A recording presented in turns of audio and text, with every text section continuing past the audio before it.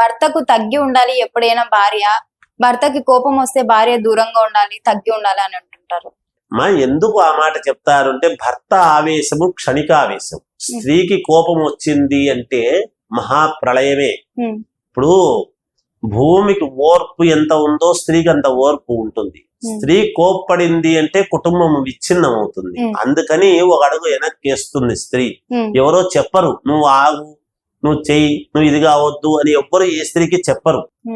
ఇప్పుడు పూర్వం పెద్దలు ఏదన్నా ఒక మాట అంటే సర్దుకొని పోమ్మా అని చెప్పేవాళ్ళు. ఎందుకు చెప్పేవాళ్ళు అంటే కుటుంబము విచ్ఛిన్నము కావాలన్నా, కుటుంబాన్ని తీర్చిదిద్దుకొని ఇంటికి దీపం ఇల్లాలు అనేటువంటి పదం వచ్చింది. దీపం ఇల్లాలు అంటే ఇంట్లో ఏమిటి, ఇన్ని లైట్లుండగా ఆ ఇల్లాలు దీపం అవుతుందా? ఎలా అవుతుంది అంటే ఆ ఇంటిలోకి రాగానే మొట్టమొదటి పాజిటివ్ ఏమిటి అంటే స్త్రీనే. ఇల్లాలు లేని స్త్రీ ఇల్లు ఎట్లా ఉంటుంది అంటే అది ధ్వజస్తంభం లేని ఆలయము, సందదీపము లేని ఇల్లు ఎలా అయితే ఉంటుందో అలా ఉంటుంది.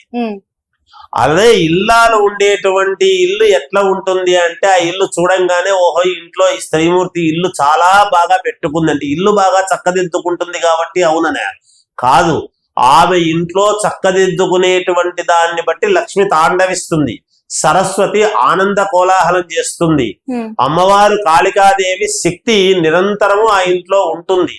మహాకాళి, మహాలక్ష్మి, మహాసరస్వతి శక్తి అనేటువంటిది ఉంటేనే ఏ పనైనా చేయగలుగుతాం. ఆ పని చేసినటువంటి దాని వల్ల, ఆ విద్య ప్రదర్శించినటువంటి దాని వల్ల, విద్య అంటే సరస్వతి. సరస్వతి అంటే ఏంటి, వీణ వాయిస్తుంది కాబట్టి వీణొచ్చిన వాళ్ళు మాత్రమే సరస్వతి, మిగతా వాళ్ళు కాదని కాదు. ఒక డాక్టర్ సరస్వతి, ఒక లాయర్ సరస్వతి, ఒక పనిముట్లతో తయారు చేసేది ఆటో గ్యారేజీ నడుపుకునేటువంటి వాడు సరస్వతి, ఆటో నడుపుకునేటువంటి వాడు సరస్వతి, వాడికి ఒక విద్య, నాట్యం చేసేటువంటి వాళ్ళది ఒక విద్య, ఇవన్నీ సరస్వతులే. ప్రతిదీ సరస్వతులే. ఇంజక్షన్ చేసేవాడిది, ఇంజక్షన్ కనిపెట్టిన వాడిదే కాదు, ఇంజక్షన్ చేసేవాడిది కూడా ఒక విద్యనే. ఎందుకంటే ఎట్లా బుద్ధి పుడితే అట్లా కుచ్చితే కుదరదు, స్మూత్ గా చాలా జాగ్రత్తగా వెయ్యాలి, వాడిది ఒక విద్యనే, అది కూడా కళనే. కళలన్నీ కూడా సరస్వతి అమ్మవారితో సమానం. ఇవన్నీ ఎందుకు చేస్తున్నట్టు, 10 రూపాయల సంపాదన కోసం. అందుకే మహాకాళి, మహాలక్ష్మి, మహాసరస్వతి ఈ మూడు లేకుండా, ఆ మూడు స్త్రీ ఉన్నటువంటి ఇంట్లో ఉంటాయి, ఆ స్త్రీలోనే ఉంటాయి. అందుకే కొడుకును తీర్చిదిద్దగలుగుతుంది మహాపండితుడిలాగా.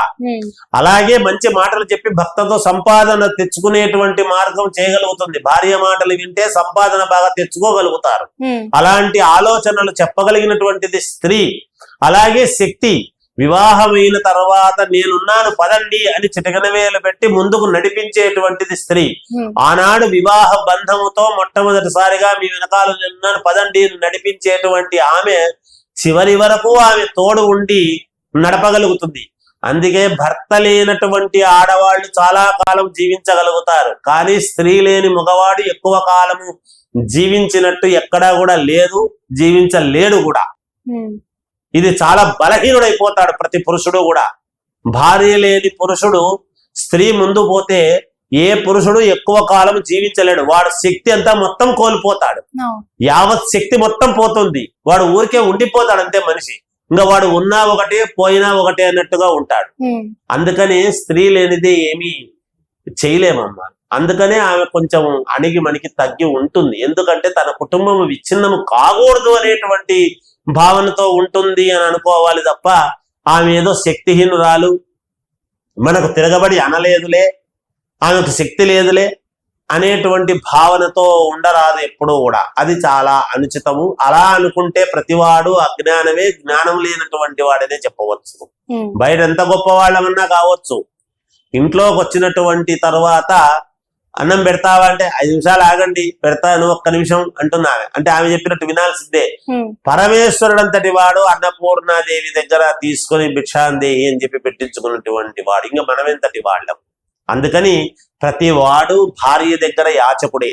బయట ఎంత మహానుభావుడైనా ఇంటికి వచ్చిన తర్వాత ఆమె చెప్పినట్టు వినాల్సిందే, ఇందులో ఏమాత్రం సందేహం లేదు. అందుకనే ఆమె ఒకరు వెనక్కు తగ్గినంత మాత్రం ఆమె తగ్గడములో ఔన్నత్యము, మురిపెము, ప్రేమ, అనురాగము, వాత్సల్యము, దయాగుణము, దాతృత్వము అనేక రకాలుగా ఉంటాయి ఆమె వెనక్కి తగ్గితే. వీడేదో బయటికి పోయి వచ్చిన తర్వాత ఒక మాట ఎక్కడో జరగనటువంటి పనులు అడగంగానే ఆవేశము, క్షణికావేశము, ఒక మాట అని ప్రతి పురుషుడు అన్న తర్వాత అరే నేను అనవసరంగా ఆమెను అన్నానే అని అనుకోని వాడు పాపాత్ముడు ఖచ్చితంగా అనుకుంటాడు కూడా. నేను నా ఎక్కడెక్కడో ప్రెసిడెంట్ నుంచి నేను ఏదో ఆమెతో అన్నాను, ఏమనుకోవద్దు. సారీ చెప్పడానికి కొంచెము యుగోయిజం అడ్డం వస్తుంది. ఆమె చెప్పాలని కూడా అనుకోదు. మళ్ళీ ఏదో కాస్త మంచినీళ్ళు ఇచ్చో కాఫీ ఇచ్చో ఆమె సమన్వయం చేసుకుంటుంది, అతను సమన్వయం అయిపోతాడు. అదే జీవనము తల్లి. ఆ జీవితమే మన భారతదేశం యొక్క గొప్ప జీవితము, భారతీయుల యొక్క ఔన్నత్యము, భారతీయ సంపద. అంటే భార్యాభర్తల యొక్క అన్యోన్యతే భారతీయుల యొక్క సంపద అనేది చెప్పవచ్చు. ఓకే గురువు గారు, మీ నుంచి చాలా తెలుసుకున్నాము, చాలా నేర్చుకున్నాము కూడా. ధన్యవాదాలు. జయోస్తు.